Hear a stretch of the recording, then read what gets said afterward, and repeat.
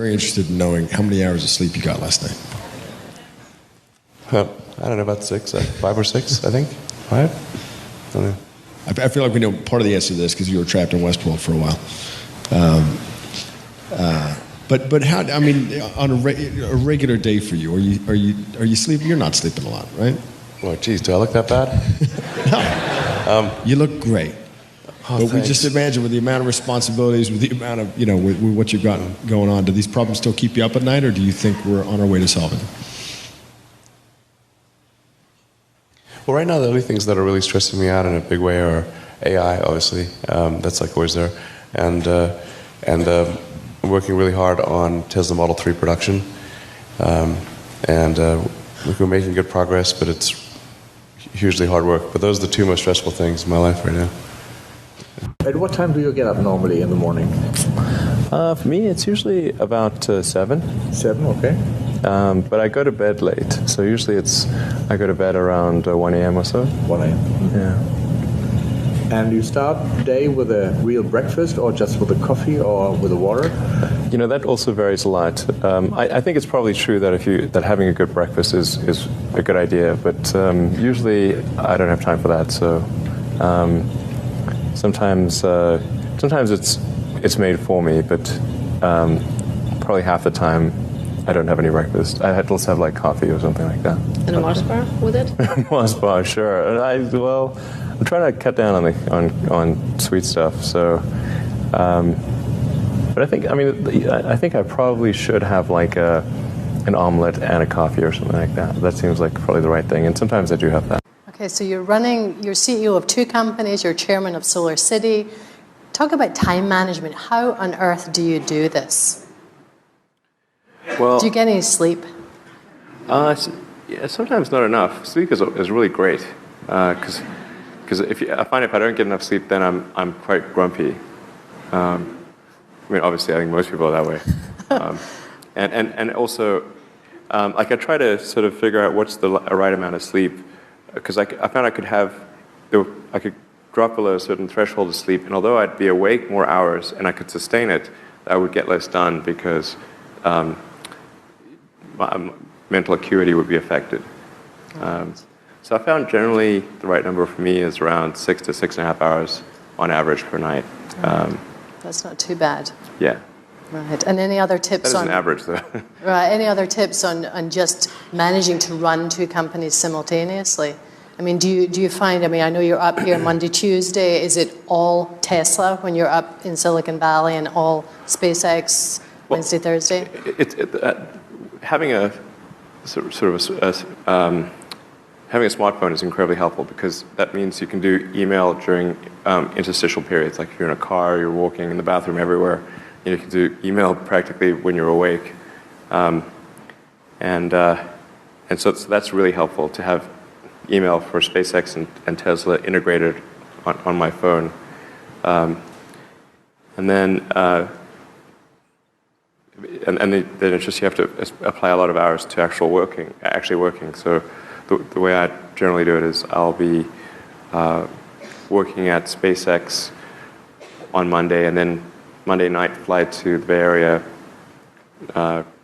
spend Tuesday and Wednesday in the Bay Area, then at Tesla, and then fly back on Wednesday night, spend Thursday and Friday at SpaceX.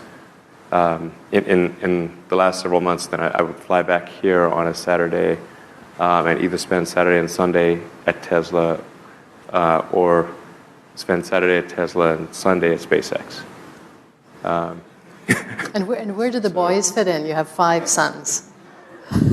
Yeah. Do they tag along with Dad on some of these trips? I do drag them along in a lot of things, actually. They're remarkably unimpressed by... What we'll be capable of doing is near perfect control on freeways, even where there's no cars, and near perfect control in any traffic situation where it's tracking a vehicle. So that's, yeah, maybe a different one. Hello? Okay. Yeah, so that's going to get better. One of the things we're also working on is the mapping solution. And Michael, if I seem a little ragged, by the way, it's that I literally had 1 hour of sleep in the last 48 hours. Sorry. Anyway, so I think that result is, basically in about 2 years we should have Model 3 plus full autonomy. Yeah, which would be, I think, quite transformative. So 3 will have autonomy. What do you mean by All future testers. Yeah. It doesn't work so well in the countryside. The current autopilot does not work on windy roads in the countryside.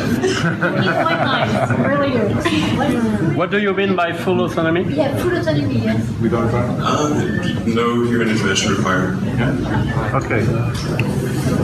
More than the Human intervention optional.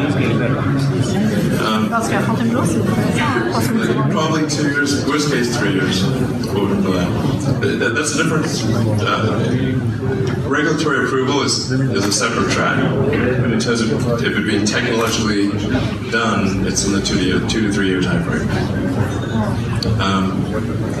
And then we've got the Tesla Powerwall and Power Pack. Some of them are going to sound like, well, you've heard it before, but it's worth re-emphasizing. I think the first is you need to work, depending upon how well you want to do, and particularly if you're starting a company, you need to work super hard. So what does super hard mean? Well, when my brother and I were starting our first company, instead of getting an apartment, we just rented a small office and we slept on the couch. And we showered at the YMCA, and we're so hot up we had just one computer. So the website was up during the day, and I was coding at night, 7 days a week, all the time. And I sort of briefly had a girlfriend in that period, and in order to be with me, she had to sleep in the office. So work hard, like every waking hour. That's the thing I would say particularly if you're starting a company. And if you do simple math, say like, okay, if somebody else is working 50 hours and you're working 100, you'll get twice as much done in the course of a year as the other company. The other thing I'd say is that if you're creating a company or if you're joining a company, the most important thing is to attract great people. So either join a group that's amazing that you really respect, or if you're building a company, you've got to gather great people. All a company is a group of people that have gathered together to create a product or service. And so depending upon how talented and hardworking that group is, and the degree to which they are focused cohesively in a good direction, that will determine the success of the company. So do everything you can to gather great people if you're creating a company. Then I'd say focus on signal over noise. A lot of companies get confused. They spend money on things that don't actually make the product better. So, for example, at Tesla, we've never spent any money on advertising. We put all of the money into R&D and manufacturing and design to try to make the car as good as possible. And I think that's the way to go. So for any given company, just can keep thinking about, are these efforts that people are expending, are they resulting in a better product or service? And if they're not, stop those efforts. And then the final thing is to sort of don't just follow the trend. So you may have heard me say that it's good to think in terms of the physics approach of first principles, which is rather than reasoning by analogy, you boil things down to the most fundamental truths you can imagine, and you reason up from there. And this is a good way to figure out if something really makes sense, or if it's just what everybody else is doing. It's hard to think that way. You can't think that way about everything. It takes a lot of effort. But if you're trying to do something new, it's the best way to think. And that framework was developed by physicists to figure out counterintuitive things like quantum mechanics. So it's really a powerful method. Anyway, so that's, and then I think that the final thing I would encourage you to do is, now is the time to take risk. You don't have, yeah, you don't have kids. Your obligation. Well, sorry, probably don't have kids.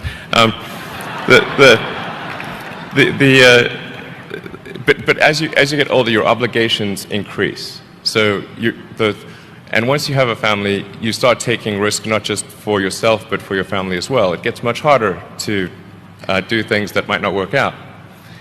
So now is the time to do that before you have those obligations. So I would encourage you to take risks now. Do something bold. You won't regret it. Thank you.